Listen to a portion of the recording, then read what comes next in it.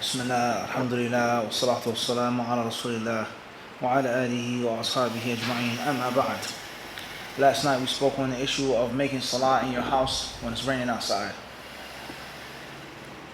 or making salah in the house when it's snowing or very cold or very hot, weather which is difficult and unfavorable. A very good book on the topic specifically, not just on the topic of rain, but of weather and unfavorable weather, is a book by Sheikh Ali Al-Halabi called Ahkamu Shita fi Sunnat al-Mutahhara. Ahkamu Shita fi Sunnat al-Mutahhara. And the book is in English, and it's been titled in English. If my memory serves me well, my poor memory, I believe it says Winter Regulations, according to the authentic Sunnah. Winter Regulations. It may give or take a word or two, but I actually did purchase the book before, some years back. The book has been translated into English. As far as in Arabic, and then that's the exact title of the book in Arabic. Ahkamu Shita, which literally means rulings of winter, according to the authentic Sunnah, the pure Sunnah. It's an excellent book in which the author has compiled many different issues that pertain to the winter. But obviously, we're not just talking about the winter because it can rain outside of the winter. And this is a perfect example of how a scholar from the Middle East, his knowledge is going to be for all. But he's going to primarily write the book or the speech or the khutbah or the fatwa, initially we said, for his own people. Initially. And that's just common sense. You have to look after your own first and foremost. So in Jordan or Yemen or Saudi or this country, that country, in most cases it only rains in the winter. So that's why he said winter rulings. And then he talks about wiping over socks, wiping over head coverings. And then he talks about praying towards a heater, praying towards a kerosene heater, a flame. That's a ruling on that. Can you or can you not do that? But the reason why I said Ahkamu Shita, rulings of the winter, is because in most cases in Jordan it only rains in the winter. And other than that, in most cases it's extremely arid. In general, give or take. Winter/spring, Everyone understand this? But in the United States of America, that's not what? That's not the case. We can have torrential rainfall in the summer. And the hotter it gets, the more humid it is, then you know that it's going to come a what? Thunderstorm. And the sky is going to turn yellow, it's going to pour down, it's going to cool and calm down. But overseas it's not what? It's not like that. So he didn't say rulings of rain and snow because there is no snow. Except for a few places here and there in certain parts of the Middle East. Certain parts of North Africa, you can experience snow or hail. I've experienced hail several times in Medina. Big clumps of ice. In America, we get what? 10 inches, 12 inches, 2 feet, 3 feet. Everyone understand the point I'm trying to get to? So the concept of, for someone to think or believe or say, is that every single thing is going to be directly applicable and an exact matching fit to our condition, this person is being obstinate against common sense. Everybody clear on this? Being what? Obstinate against common sense. And Sheikh ibn Uthaymeen, rahimahullah ta'ala, himself, he would say, with regards to the local moon sighting versus the international moon sighting. He says in the West, you're fasting. In Saudi, they're eating and drinking. They're eating and drinking. They're making, they're fasting, and you're making what? Imsak. So this is one example, another example to show you that it can never ever be what? 100% the same. Many things can be parallel. Many things will be the same. But it's never ever going to be what? 50-50. It's always going to be give or take because things are different. That's life. And then we live in a time in which we have severely idiotic people, in which they want to make every single thing from A to Z the exact same as America, Saudi, Yemen, Egypt, so on and so forth. And yes, I consider it to be very idiotic, let alone Islamically incorrect, but just common sense. The world is different. How can you say that how things are in South America are the exact as things are in North America, Central America? It's different. Different politics, different climate, different type of people, different races, different ethnicities. That's common sense. That's what? It's common sense. As the ulama would explain with regards to a rich man marrying a poor woman. A man from this culture marrying a woman from that culture. This a race marrying that. Many of them say, no, don't do that. Because it's not going to what? It's not going to fit. It's not going to be a match. When I here to discuss the rulings, is it permissible or not? I'm just trying to, the shahid is the aqliya. It's how those were the men, what? How they thought. Is that everything cannot be what? 101%, huh? It just comes from a different part of the world. There has to be some tweaking, there has to be some trimming. And there are certain things and some things, la tasluh aslan. La tasluh aslan. Which can't even be used. Vice versa. Certain things we do in America cannot be used what? There. And certain things there can never ever be used here. Why do we live in a time and in a place in which if you say something like this, someone says, oh, you think you're a scholar and you're going against the scholars, you're disrespecting the scholars, you don't know the scholars' place and their value, they're the heirs of the prophets, tahweel, inflating and amplifying the usage or the lack of usage of what? Common sense, not intellect. What? Common sense. Everyone understand this? New York City like Philly in every aspect? No, it's not. And it's only 2 hours away. But there are many different things which are totally inconsistent. They're not parallel between New York City and Philadelphia. And they're both northeastern cities. From Baluk Enta. So what do you think about New York City and Jordan or Egypt? Everyone understand this? So we ask Allah to allow us to use common sense. So therefore, whether it's rain, snow, sleet, hail, etc. We discussed this last night. And the issue that we didn't discuss, another far' akhar, was the ruling on combining the salat when it is raining or snowing or extremely cold in the masjid. If you do come to the masjid, as we said, it's permissible to do if you do come. Or if you're stuck in the masjid or you've come to the masjid and then it starts to rain and pour down. Then there's a flood warning. Your phone goes off and rings. Now is it permissible for us to make Maghrib and Isha together? Or we just make Maghrib and go home and pray Isha at home? Everyone clear on this or not? If it's permissible, what's the dalil that it's permissible?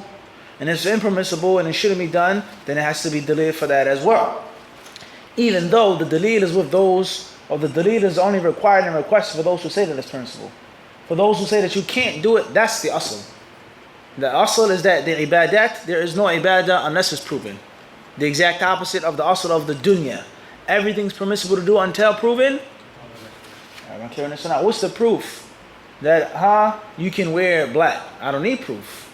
You need proof to prove that what? I can't wear black. What's the proof that I can't make these extra rak'ats? Can't say that. You have to say there has to be proof for you to do it. And these qawaid were mentioned by many of the people of knowledge. From the most famous of them, of course, is Shaykh al-Islam ibn Taymiyyah, rahimahullah ta'ala. And these principles he didn't make up, but he deduced them from several texts, nusus, verses and hadiths. Khairan, inshaAllah. So therefore, the ruling on combining the salah in the masjid because of inclement weather or unfavorable weather, that's another branch as well. That's what? Another branch as well. You're not going to get those hadiths inside, and those rulings in Bukhari and Muslim. Some of them you may get them only from Muslim. Some of them may be outside of Bukhari and Muslim. Some of them, hypothetically speaking, may not even be mentioned in the books of hadith. You have to go into the books of fiqh. Khairan, inshallah. Let's move on to the next chapter. Chapter 4, the author says, Babu jawazi salat al-nafilati ala dabba fi safar, haythu tawajjahat bihi. حديث ابن عمر رضي الله عنهما قال كان النبي صلى الله عليه وسلم يصلي في السفر على راحلته حيث توجهت به يومئ إيماء صلاة الليل إلا الفرائض ويوتر على راحلته. حديث عامر بن ربيعة رضي الله عنه أنه رأى النبي صلى الله عليه وسلم صلى الصبحة بالليل صلى الصبحة بالليل في السفر على ظهر راحلته حيث توجهت به.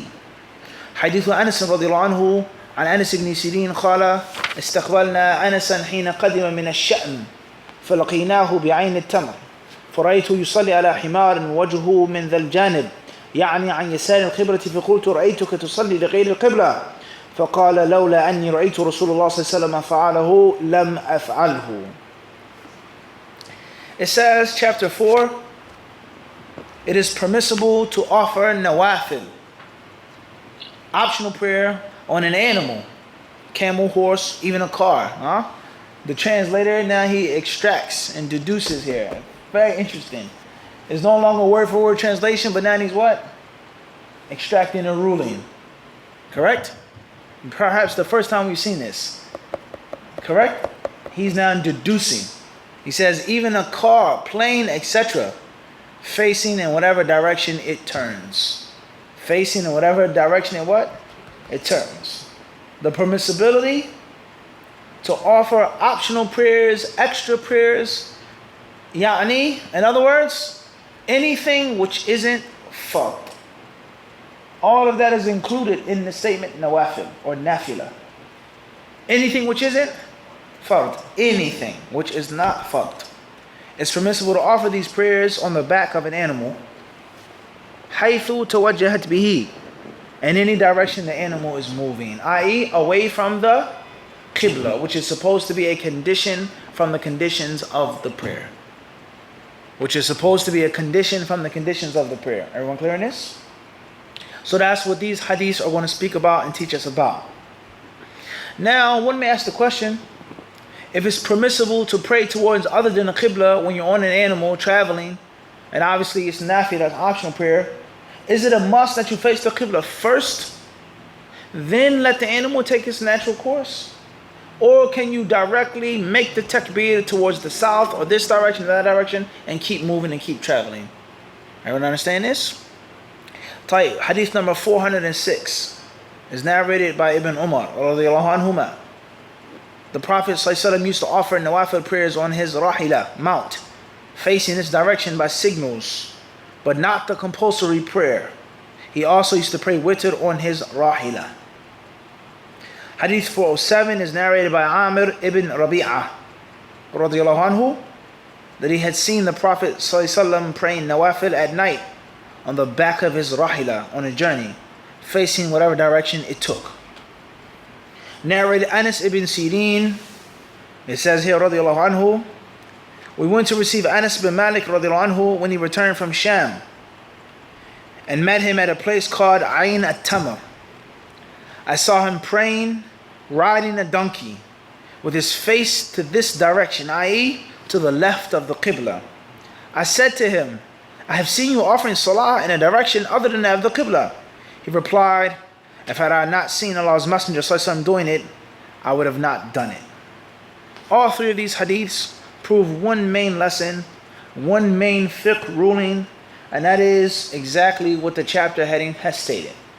Is that when you're traveling, that's the first condition. Secondly, you're not standing up. Nor is it mentioned riding on a boat. But it says riding. I.e., the ruling is made for the ease and the facilitation of the traveler. Stopping your vehicle, stopping your animal, facing the qibla, getting down, is going to take precious time, precious energy, especially if you're traveling at night.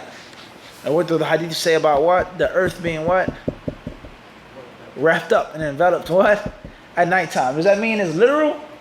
Is that it's less mileage at night? Or does it mean that the Prophet is saying that the barakah in traveling at nighttime, the stillness, the calmness, the sakina, the lack of crowd and clutter, etc.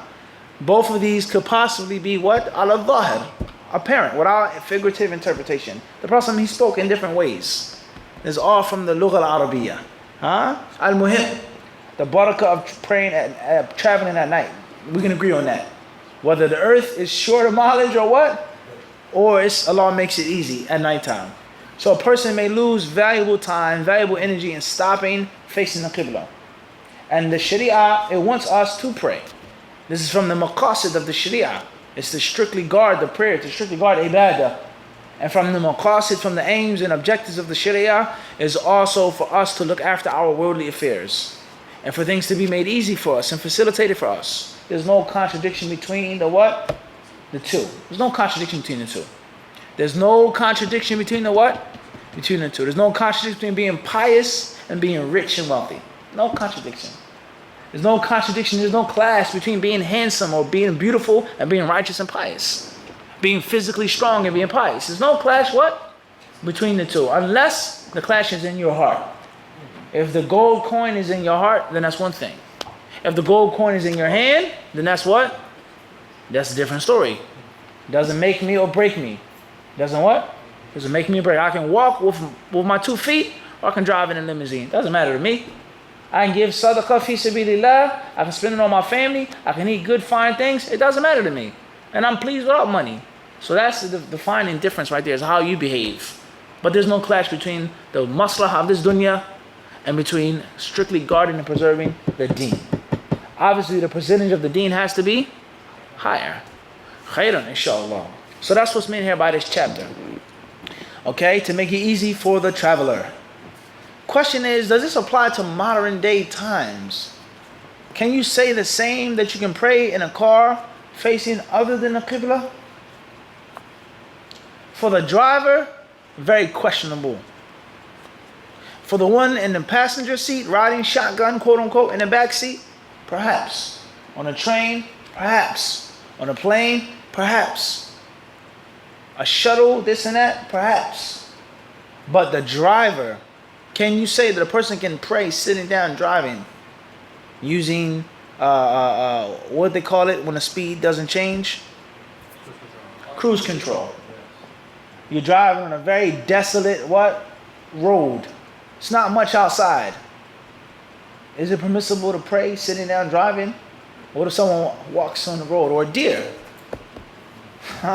Or a camel in Saudi Arabia? Once we made a trip, it wasn't that far from Medina, but it was at least like an hour and some change. Only Allah knows how close the camel was to coming in front of the car. It came all the way to the edge of the road, and a big, huge camel. There was others behind it. You hit a camel, may Allah be with you. It's real. Maybe worse than a deer. I don't know if they get stuck in the headlights.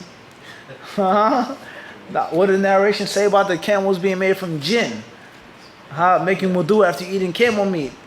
At the end of the day, the danger of a person praying while driving, is that advisable? Depending on the road, depending on where you are, depending on how skillful of a driver you are. But someone in the passenger side, perhaps. But even then, one may say, I need you to stay up. Yo, bro, don't go to sleep. You give my nod, right? Talk to me. I have some questions for you.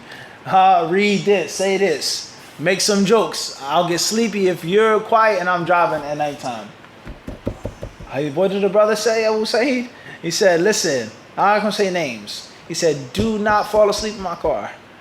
He said, I don't care how tired you are, how many classes you've done, how long you've been calling to yourself. He said, you are not falling asleep in my car. Stay up.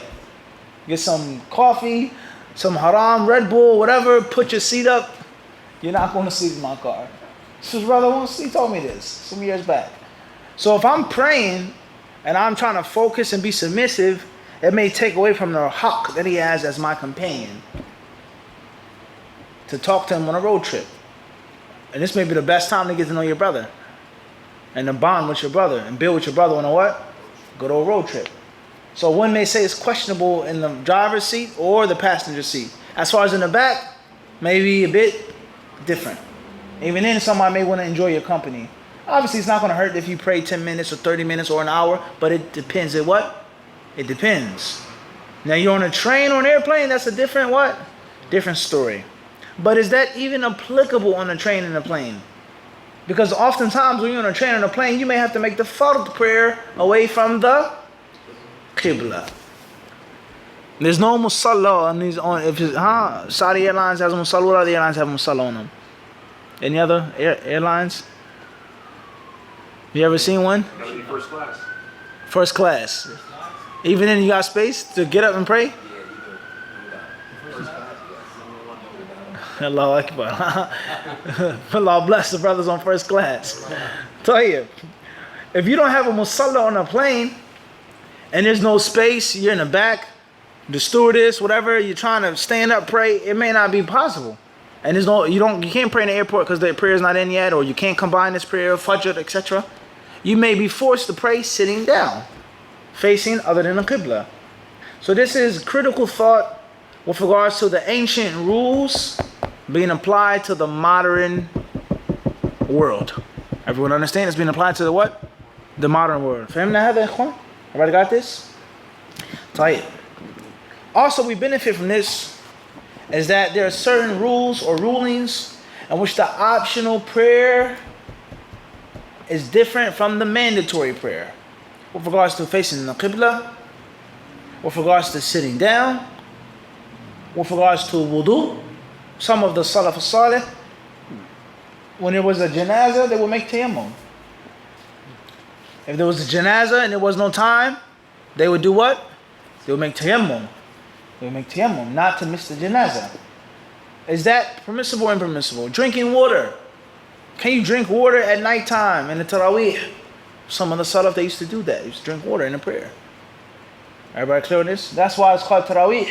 It's because they made breaks in between each rak'ah or 2 rak'ah. They would sit down and relax.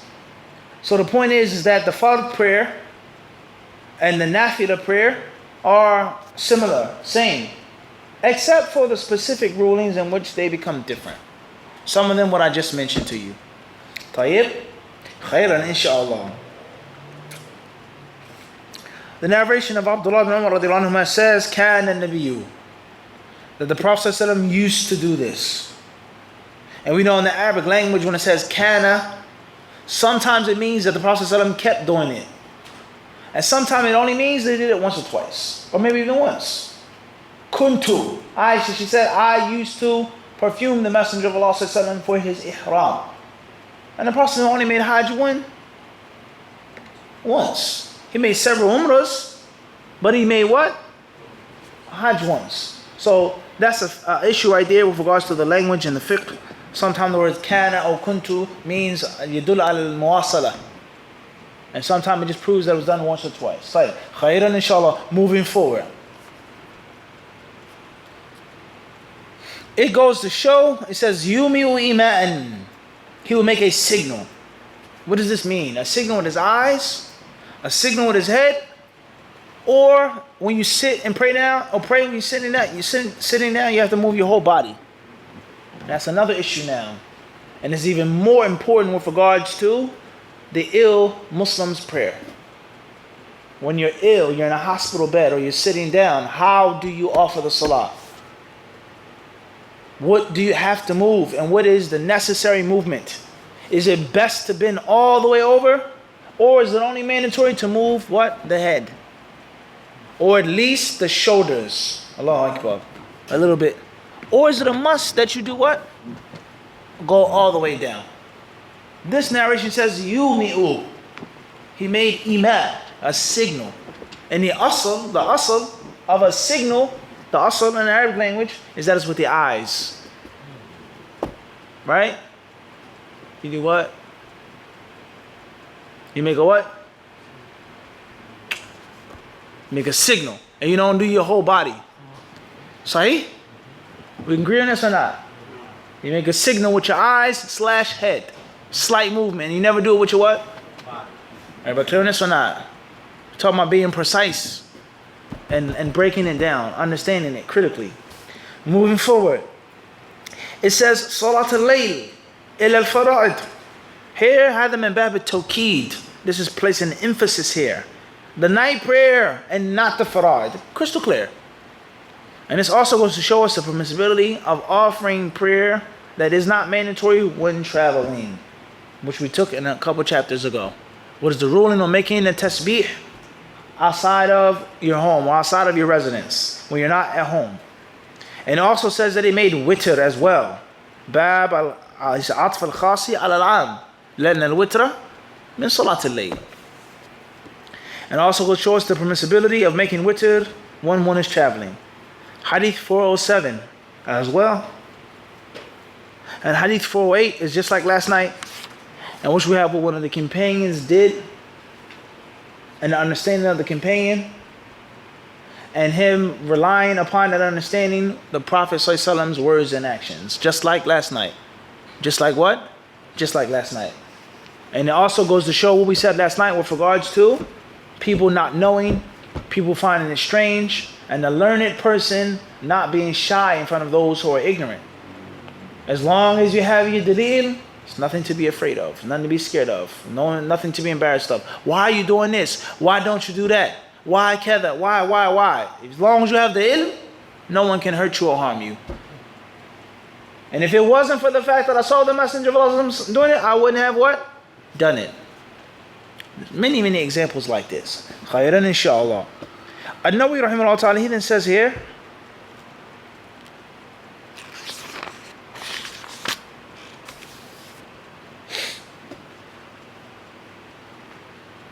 and it also shows before we go forward, before we move forward, it says what? Salla subha. As-subhata. It shows us, he says, as-subhata, pointing out what's meant by the word yusabbih. And it's not moving the fingers and making tasbih, like in the narration of Ibn Umar. But tasbih here meaning nafilah prayer. Khairan inshallah. Moving forward.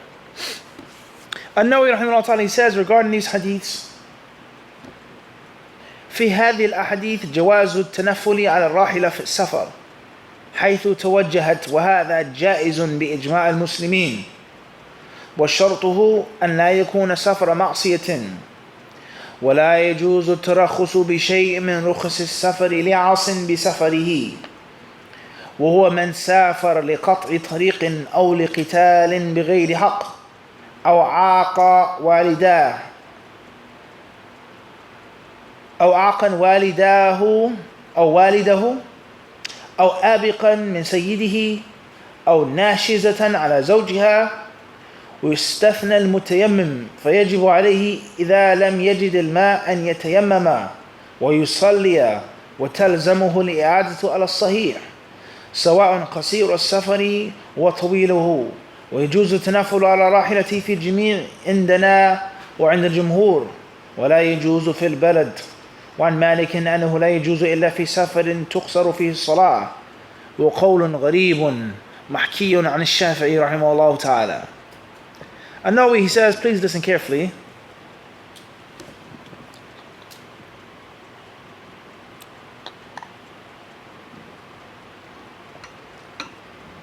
He says here,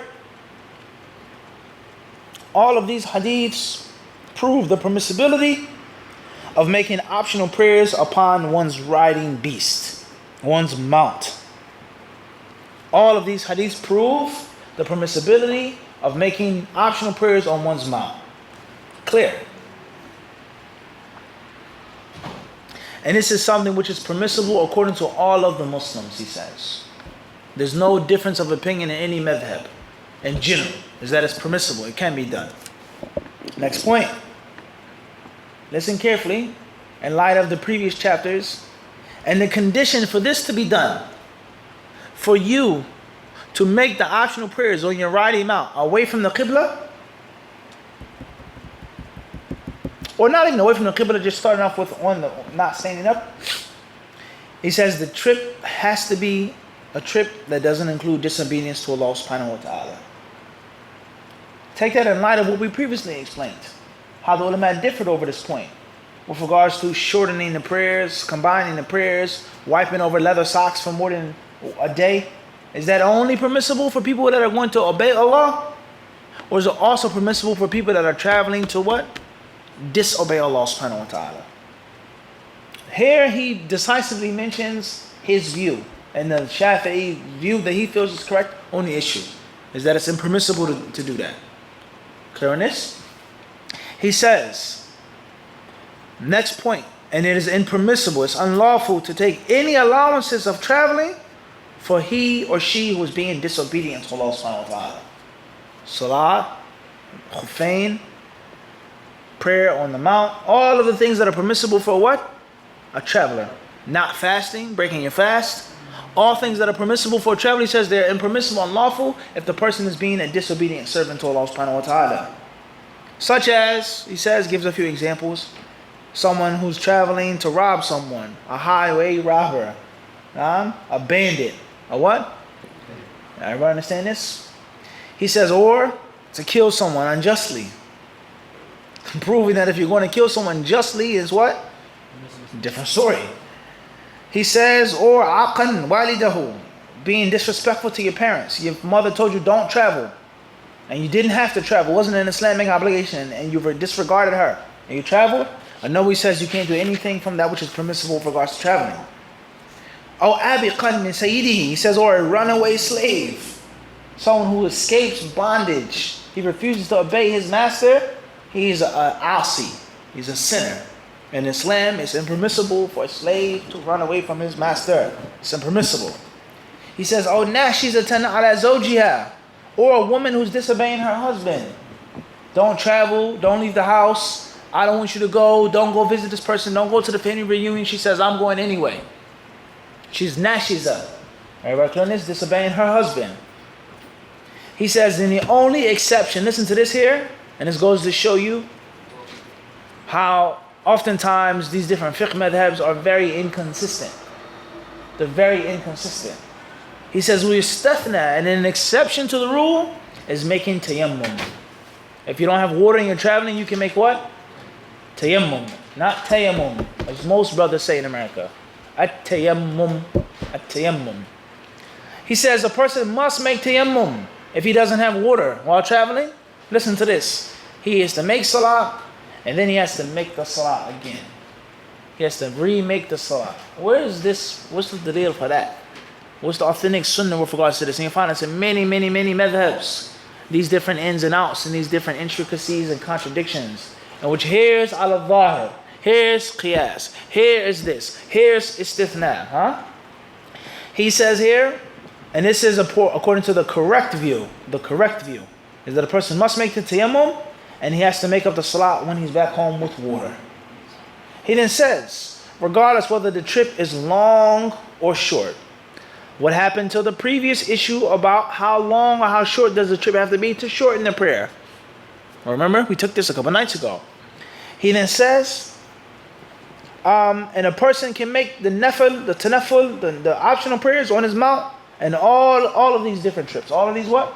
Short or long. That's a branch of the previous issue. If you can make prayer on your mount and not face the qibla, why can't you shorten your salah? That's an inconsistency. He says, and this is according to us, the Shafi'i school, and most of the ulama.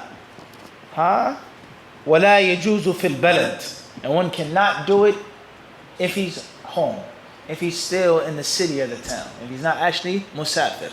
You can't pray on your mount away from the qibla.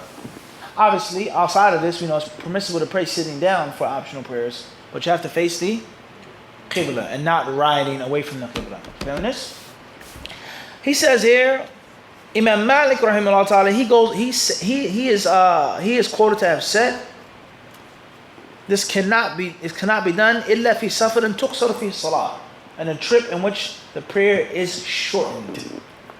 In other words, as if one says that according to Imam Malik, one could be making a journey, but he's not allowed to shorten his prayer. Listen carefully. The safar in which the prayer is what? Shortened. He says, this is one view according to Imam Malik, which proves that there's a trip that someone can go on in which they won't shorten their prayers. That's also inconsistent. And the correct view, without a question, the zahiri way, is that if you're traveling, every single thing that's permissible to do is now permissible what? To do. No exception, because the rules that have established this are also the rules that have established that. Everyone clear on this or not? Moving forward, he says, وَقَوْلٌ غَرِيبٌ مَحْكِيٌ عَنِ الشَّافِعِي رَحِمَهُ اللَّهُ تَعَالَى. And it says this is a strange statement, and some even quote it from Shafi'i, as if he's not pleased for Shafi'i to say this. Shafi'i really didn't say that, but he calls it gharib, he calls it strange.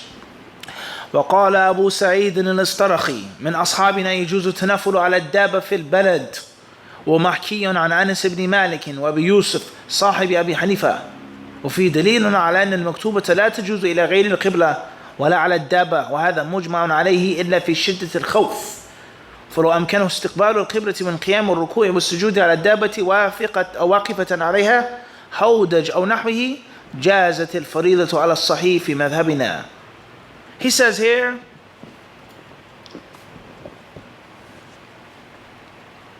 and others they say, some Shafi'i scholars such as Abu Sa'id al-Istaraqi, they say that a person can make optional prayers on one's riding beast even if he isn't traveling. Even if he what? isn't traveling, even if he's in the balad. And this view was narrated from Anas radiallahu anhu. And also Abu Yusuf, the disciple of Imam Abu Hanifa. And this proves is that everything that Abu Hanifa said, his disciples did not agree with. They didn't agree with everything. Muhammad ibn al-Hasan, Abu Yusuf, they didn't agree with everything that he said. And oftentimes they differ with their master, their teacher. And oftentimes the Hanafi madhab isn't actually what Abu Hanifa said. But sometimes it's based off of what his disciples had established. And for one reason or another, it was taken from them, and that became the mu'tamad. That became the famous, traditional, orthodox Hanafi way. Am I clear on this? And we've said this many times before. Don't think that if you study a madhab, everything is a simple slice of pie. No. There are difficulties, there are ins and outs, and fiqh and understanding and intelligence is needed to study a madhab, just like it is to study directly from the hadith or any other type of fiqh that you have. And I hope the brothers can understand this point, how important this is.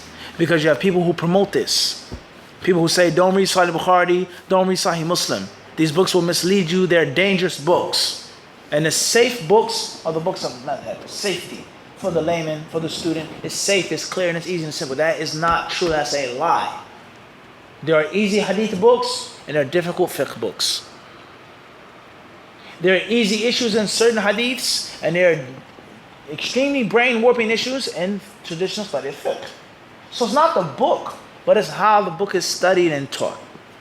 Simplifying a hadith in Sahih Bukhari, and simplifying a fiqh book. Certain hadiths in Sahih Bukhari or Musnad Ahmad, very long. It's difference of opinion. Is it sahih? Is it da'if? Fulan, mursal, mawquf, etc. The fiqh, the comparative study. And it could be certain things which is basic, easy, and simple, right to the point. Everyone understand this? So a student of knowledge and a layman Muslim is always going to have the concept of progressive steps, baby steps, piece by piece, small steps, and not just biting off more than you can chew. Everyone understand this or not? Khairan inshallah. He says here, these hadiths also prove is that it's impermissible to make the mandatory prayers to other than the qibla. To other than the qibla. It's haram to make the mandatory prayers to other than the qibla. Nor can you make the mandatory prayers while riding. You're not allowed to do this on your mount. And this is agreed upon by all of the ulama. Except when there's extreme fear. And what's meant by fear, a better translation, in my humble opinion, of Salat al-Khawf, is not necessarily the prayer of fear, but it's the prayer of danger. Of what? Danger. Because you're going to meet your enemy in battle, you may not be what? Afraid at all. But there's definitely what? Danger. Everybody turn this or not? I don't think anyone's ever mentioned this before in English. Fear doesn't necessarily, la yalzam, doesn't have to be fear. You can be ready, brave, and courageous. But there's no doubt, a true warrior never lets his guard down, ever. And he underestimates no opponent. He underestimates what? No opponent. Everybody understand this? He doesn't underestimate any opponent. And whenever he scorns his opponent, it's scorning him strategically. In the heat of battle, to play a psychological game on his mind. But he never becomes sloppy and lets his guard down. With security, with this, warfare, abadan. And a debate and an argument. Never underestimate anyone. So it doesn't mean that you're afraid, but for sure there is a what? There's danger. And there are levels and types of what? Of danger. People react differently to danger. What's important is the prayer that's made when there's jihad fi sabilillah. And there are many rulings in which a person is exempt from, which they're going to come in the book, inshallah, with regards to making this type of prayer. Facing the qibla or not facing the qibla. Sitting down, standing up, carrying a weapon, moving your eyes, moving your heads. How many rak'at do you have to make in Salat al-Khawf? It's not 4 rak'at. It's what? 2. The imam makes one rak'at with one group, then they switch spaces, and then they trade. Everyone gets 2. Everyone understand this? And the different styles of making Salat al-Khawf. Different ways of making what? Salat al-Khawf. Several different ways of making Salat al-Khawf. Everyone understand this or not? Tayyib. Also, we have the concept of what? Is there Salat al-Khawf at home? Did the Prophet fight a battle inside of Medina? Was Salat al-Khawf legislated when you're not traveling? That's the issue of khilaf among the ulama. And obviously when we're talking about khawf here, we're not talking about jihad or nafs here. It's talking about actual what? People losing their lives. For or against the cause of Allah subhanahu wa ta'ala. Not talking about what, Umar? Jihad or nafs. It's not what's mentioned right here. It's not talking about what? Jihad or nafs. You clear on this or not? Tayyip, you sure? Are you clear though? I asked what you listening. I said, are you clear on it? You upon clarity? Inshallah. Tayyip. Upon siyana. Inshallah. Maintenance. Tayyip. Moving forward. He says here, if a person has the ability to face the Qibla and stand up and make ruku and make sujood on the riding mount, واقفة عليها هودج أو نحوه جازت الفريضة على الصحيح في مذهبنا. He says a palanquin, you know a palanquin? Allah, I don't know if you ever seen one of these, maybe in a museum or maybe in a movie or something. Someone's on a camel and on top of the camel it's like a little room, a suite on top of the camel's back. Or sometimes you may certain people being what? Carried. As he said, I don't walk, I get what? Get carried. That's what he said. You carry them on the 4 men carrying him and he's sitting on a chair or on a camel's back. It's called a palanquin, a hodaj, as the narration says about Aisha radiallahu anha. It says that during that time the women were light, they were petite, they weren't heavy. So when they got up and they left, they didn't know that she wasn't what? In the palanquin. Everyone understand this? They didn't know that Aisha was missing out of the hodaj. Everyone clear on this? Because she wasn't a heavy woman. Tayyip. He says here, if a person has the ability to stand up and make ruku and make sujood and doing whatever he needs to do on the whatever's on the camel's back or the horse's back, then a person can make the mandatory prayer even on a mount. Even what? Even on a mount. He says here, rahimahullah ta'ala, focus on what? I need you to be focused mentally. Inshallah. He says here,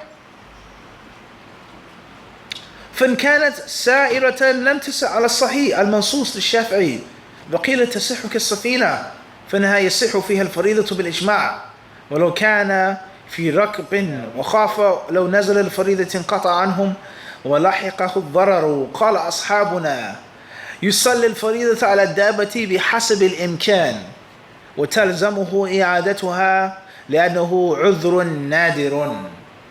He says, as far as if he's moving on the animal, then some say that it's invalid. But he can only make the salah on the mount, which is what? Still. We're talking about the faridah. We're not talking about the nafila. We're talking about the what? The faridah. He says, rahimahullah, and that's what Imam Shafi'i rahimahullah ta'ala said. And others, they say rather it's permissible even in moving, just like a boat. Just like a what? And that's agreed upon. All of the ulama say that you can pray on a moving boat. You can stand up, you can make ruku, you can make sujood, and the boat is what? Moving. He then says, rahimahullah ta'ala, so therefore, with regards to a person being on a boat, a person traveling, a person being afraid of being left by his companions and friends, he can pray on the animal, making the faridah, even though it's what? Moving. What's meant here is to show you details regarding the benefit of the dunya as well. As that if you're afraid of being left, you can make the salah while you're riding on the animal. Some of the ulama of Islam, to show you the extent of this, they say that if a person is traveling and a person has a wet dream at night, they're junub in the morning, and they can use water to make ghusl. But using the water, heating up the water, drying off, will cause them to be left by their squadron or their traveling companions. They can make the tayammum. Because that's a harm now. You're traveling through the desert, you're traveling through the forest, you're traveling through the roads. You get lost, you get picked off, you get supplies. To go to show you the importance of how the Sharia looks after the people's well-being. How the Sharia does what? It looks after the people's what? Well-being. Once I read, and Allah knows best, some years back, Shaykh Islam Taymiyyah rahimahullah ta'ala, he said that one who has this type of dream and he's traveling, certain times he says he can make the tayammum for him not to be accused by his friends and his entourage of something unbefitting. Why are you making a shower? It's freezing cold outside. You get up before Fajr, you have to do what? And some of his friends may think badly of him. What's going on? What were you what? What were you doing in your tent last night? Everybody understand this? Some of them, they say it's permissible to do what? Make the tayammum, just to avoid the su'u dhan of the people. You see the point we're trying to get to? Tayyib. It's deep. Doesn't get what? Just get realer than that. Khairan inshallah. Moving forward. I know he says, وَيُوتِرُ عَلَى الرَّاحِلَةِ فيه دليل لمذهبنا ومذهب مالك وأحمد والجمهور أنه يجوز الوتر على الراحلة في السفر حيث توجه وأنه سنة ليس بواجب وقال أبو حنيفة رضي الله عنه هو واجب ولا يجوز على الراحلة. Then another point from these hadiths, when it says he made witr on his mount, it's a proof for our madhab and the madhab of Imam Malik and that of Imam Ahmad and that of most of the fuqaha, is that it's permissible to make witr when you're on your mount, whatever direction the animal turns. Whatever the direction the animal is turning. And it also proves that witr is sunnah, and witr is not obligatory. It's sunnah. And it can be made like this, and it's not obligatory. As far as Imam Abu Hanifa rahimahullah ta'ala, he's quoted to have said that witr is mandatory. You have to make witr. And that you can't make the witr on your mount. And then in Nawawi rahimahullah, he goes on to explain his proof and his evidence. طيب. دليلنا هذه الأحاديث فإن قيل فمذهبكم أن الوتر واجب على النبي صلى الله عليه وسلم قلنا وإن كان واجبا عليه فقد صح فعله أنه أو فعله له على الراحلة فدل على صحته منه على الراحلة ولو كان واجبا على العموم لم يصح على الراحلة كالظهر فإن قيل الظهر فرض والوتر واجب وبينهما فرق قلنا هذا الفرق اصطلاح لكم لا يسلمه لكم الجمهور ولا يقتضيه شرع ولا لغة ولو سلم لم يحصل به معارضة والله أعلم. He says rahimahullah ta'ala,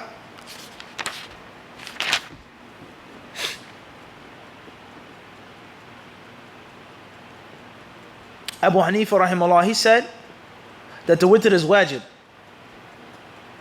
and it cannot be done upon the back of an animal. It cannot be made other than the qibla. What if someone says that there's a contradiction in your madhab? You say that the witr is an obligatory upon the Muslims, but you clearly say that the witr is obligatory upon the Prophet, which many of those ulama do say. They say that the Prophet ﷺ, it was an obligation for him to pray at night. And witr was mandatory. When? At night. But it's not mandatory upon the what? The mass of the Muslims. And they say, if the Prophet ﷺ, if he had to make witr, then how could he do it upon the mount, the riding animal as well? And then he discusses that argument, etc. Salat al-Zuhur, etc. So on and so forth. He mentions some masail usuliyah with regards to how the Hanafis use different words between wajib and fard. Fard being one level of obligation and wajib being another level of obligation. That's a long discussion in the usul al-fiqh between most of the people of usul and those of the Hanafi madhab. They have a different terminologies that they use. And they say fard is not wajib and wajib is not what? Fard. And others, they say that they are synonymous. Fard is wajib and wajib is fard, linguistically and legislatively. And the Hanafis and others, they may say, no, fard is obligatory, wajib is obligatory, but fard is of a higher level. Moving forward.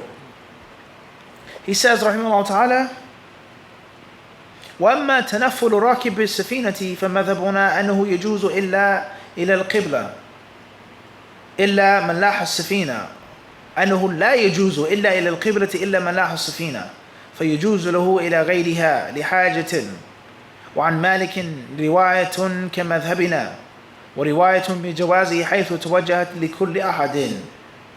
He says here, as far as making optional prayers on a boat, then the Shafi'i school of thought says it cannot be done unless one is facing the Qibla. There's no reason to do it other than the Qibla, except for the captain. Or not even the captain, but the one who's what? Steering. The one who's behind the wheel. Huh? Today, is there a wheel on these modern boats? Do all boats have wheels? Some do. What? Some may not. Khairan inshallah. He says, rahimahullah ta'ala,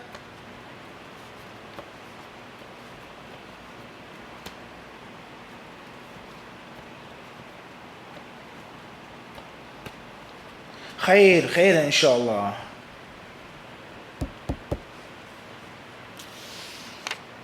Several different issues he mentions and he brings up. The last thing we'll bring up is, did the Prophet ﷺ do this? Or was it Anas radiallahu ta'ala anhu who did it? With regards to praying on the donkey. Praying on the what? On the donkey. He says, I saw the Messenger of Allah ﷺ doing this. What is the ruling on eating the flesh of a domestic donkey? لا يجوز. لماذا؟ النبي صلى الله عليه وسلم نهى عن أكل الحمر الأهلية وقال إنها رجس أو ركس. He says it's filthy. Huh? But the Prophet ﷺ commanded for a call to be made that Allah and His Messenger prohibit the flesh of domestic donkeys because they are najis. And we know that wild donkeys, wild ass, is what? Permissible if you hunt it. But the domestic donkey cannot be what? Cannot be consumed because it's najis. They say that what the wild donkey eats is different than what the what? Domestic donkey eats. Everybody clear on this? This in brief. We don't have time to discuss this right now. The point I'm trying to get to is, what's the rule on riding on a domestic donkey? And what if the domestic donkey sweats? What if the domestic donkey licks you or some of its saliva falls on you? Everyone understand the problem here? The clash and the contradiction now. If the animal is najis, then that which comes from his body is supposed to be najis as well. In the past, and even in many countries today, a mule and a donkey is still what? Heavily used. And people, they ride on these animals, and obviously they're not riding around on a wild ass. It's a domestic ass. It's a domestic donkey that's been trained to stay still, to move, to do this, to allow someone to walk past and get upon it and place heavy things upon his back.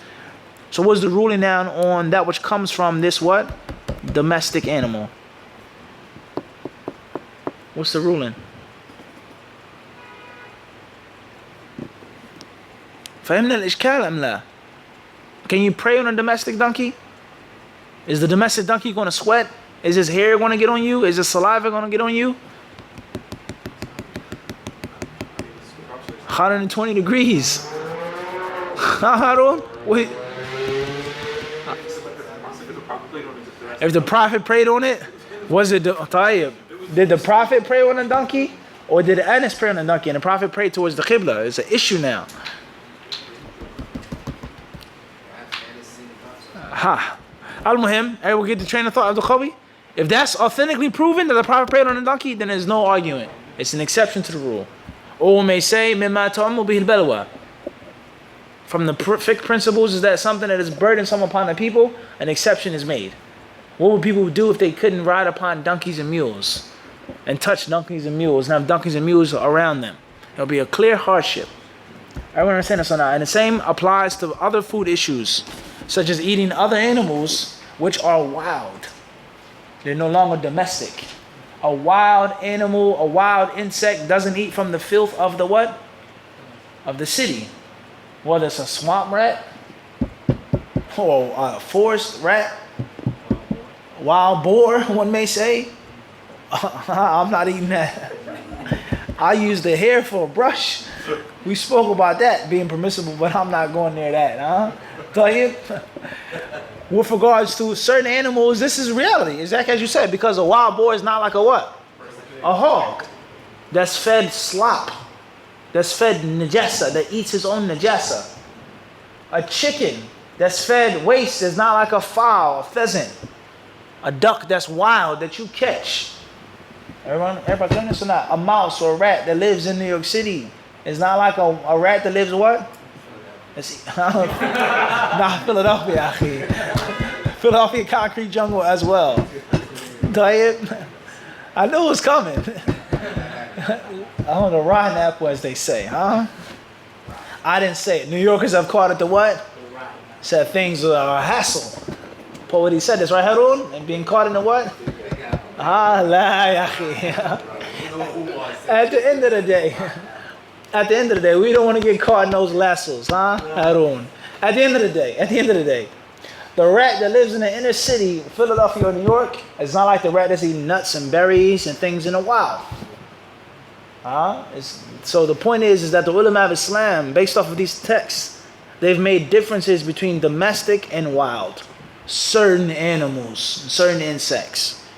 And there's a clear difference between the two, and the wisdom of it is that which they are nourished, they eat from. Filth is not like what? Natural, fresh things. So just something to get your brain stimulated, huh? With regards to the proper fiqh. Allah Azza wa Jalla knows best. We'll stop here and maybe leave a few minutes for some questions. Jazakumullahu khairan. Wallahu ta'ala alam bis-sawab.